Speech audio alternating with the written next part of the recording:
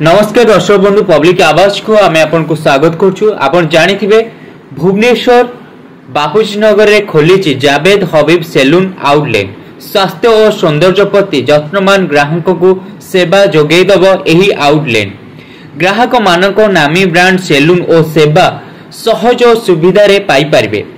एबे तो beauty fashion बा ट्रेंड चली बापूजी नगर रे एही जावेद हबीब आउटलेट रे सर्विस सहित जी शिखिबा को चाहूथिबे से मध्य ट्रेनिंग नहीं पारिबे। जेउ माने ब्यूटिशियन भाबे कैरियर करबा को चाहउचंदे से माने एहा ट्रेनिंग नहीं पारिबे। ट्रेनिंग पर नियुक्तिर सुविधा मध्य रहिछि।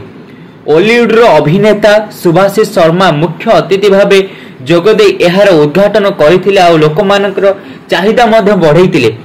एई जावेद हबीब सैलून लोकमानकर प्रशंसार पात्र होई पारिछि। आ एठिकार लोकमाने अनेक प्रकार यूथ माने आसिक निजर कैरियर करि पारिबे बा शिखिकी से माने निजर स्थान रे मध्य जायकि जॉब पाई पारिबे। जावेद हबीब सैलून सब पय लोकमानकर सहायता रहिछि, लोकमानकर सेवा रे रहिछि। आपण माने समस्त आसी बापूजी नगर रे पहुंचंतु। पब्लिक आवाज सबल पय आपनको साथी रे रहिछि आ रहितिबो।